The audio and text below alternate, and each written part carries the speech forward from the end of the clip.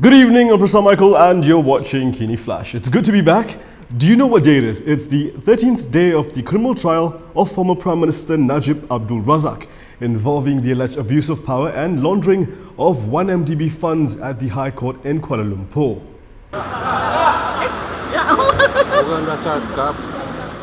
So much excitement and fanfare outside that you could almost forget it's not a Hari Raya open house and that there's actually a criminal trial going on, as dozens of Najib supporters greeted him as he arrived.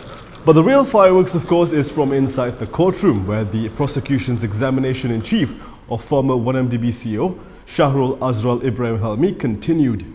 According to former 1MDB CEO Shahrol Azral's 273-page witness statement, Najib had allegedly reached out to Mohd Bakke Salleh on fugitive businessperson Jho Low's mobile phone after the 1MDB chairperson at the time raised doubts about a joint venture deal with PetroSaudi International, or PSI. The PSI joint venture would eventually see at least $1.83 billion of 1MDB funds misappropriated. Shahrol testified that the incident took place on September 26, 2009, moments before the 1MDB board was to convene a meeting to decide on the PSI joint venture. He said he saw Jho Low on his phone and subsequently passed the phone to Bakke, with Najib allegedly on the line. Shahrol claimed that after the call, Bakke informed the board that the PSI joint venture was a government-to-government initiative and Najib wanted it to be expedited. Jho Low continues to pop up in our headlines, but when will he pop up in real life? I know someone who may be able to answer that. Sebenarnya pihak kami tahu dia di mana mereka dan kita berunding. Hamid Bador said cops are negotiating with the undisclosed country to return Jho Low to Malaysia. Najib is already standing trial for the alleged 1MDB theft, but Low, a key witness, remains at large. Najib wasn't the only interesting character at the Kuala Lumpur court complex today. Do you guys remember former Tabung Haji chairperson Abdul Rahim? The prosecution has applied to transfer the case of his 144.6 million ringgit graft trial to the High Court. The trial, which was supposed to commence today at the Kuala Lumpur Sessions Court, had been postponed.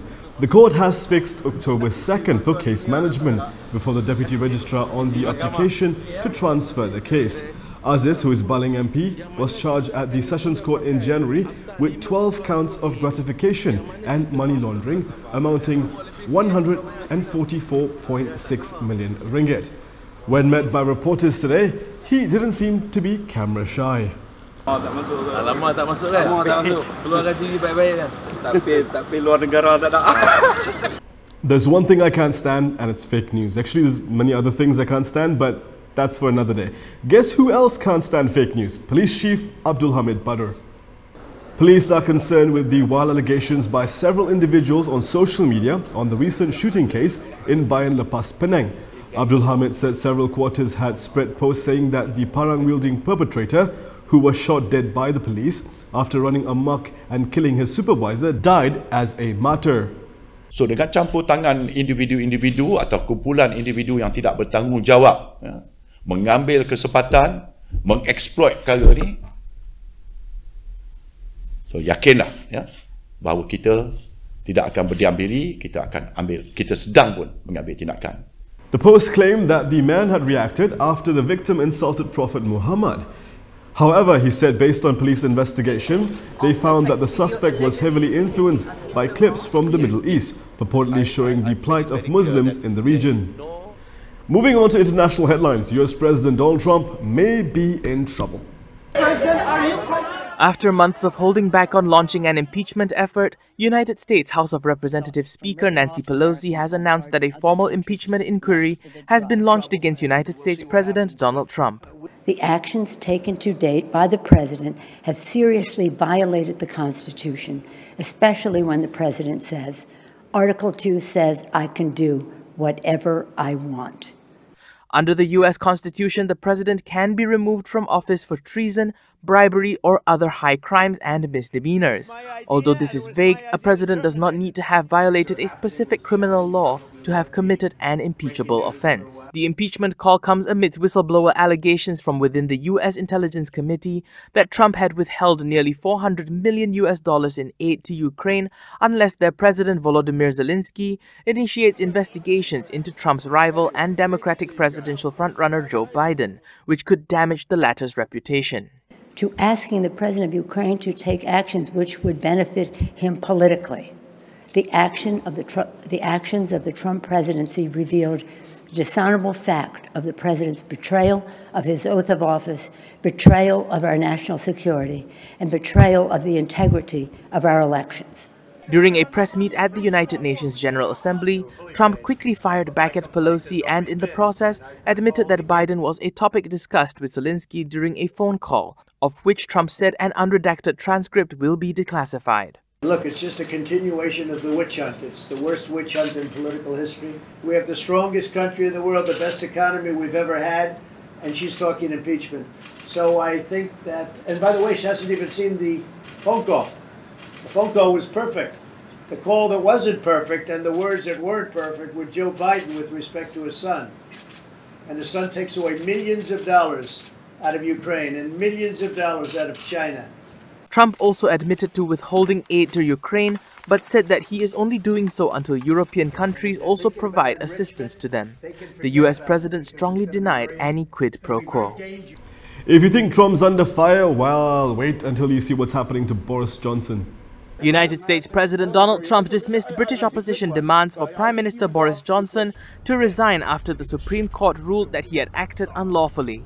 When asked by reporters about calls for Johnson to resign, Trump defended the Prime Minister. Mr. President, that was a very nasty question from a great American reporter. Was that an American report? An American reporter. That's a very nice one. I think a good one. But I think he was asking a question, to be fair, that a lot of British reporters would have asked. Now that we have that out of the way. He's not, I'll tell you, I know him well. He's not going anywhere. Don't worry about him.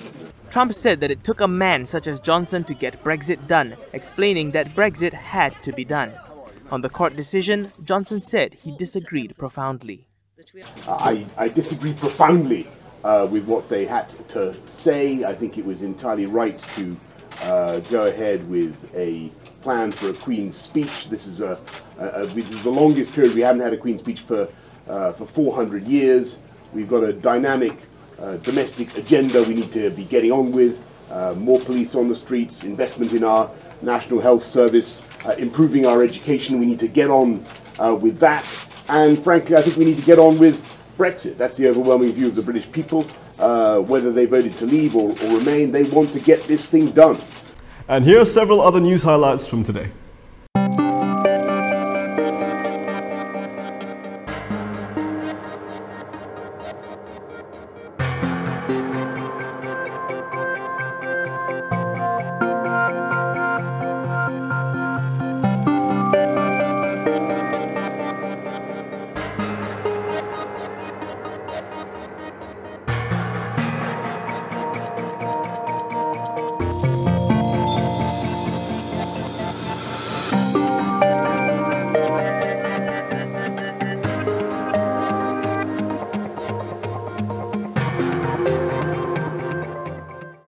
And that's all from me today. For more stories, go to KiniTV.com. You can also follow us on Instagram, Twitter, YouTube and Facebook for the latest news updates. I'm Prasad Michael. Thank you for watching. Good night.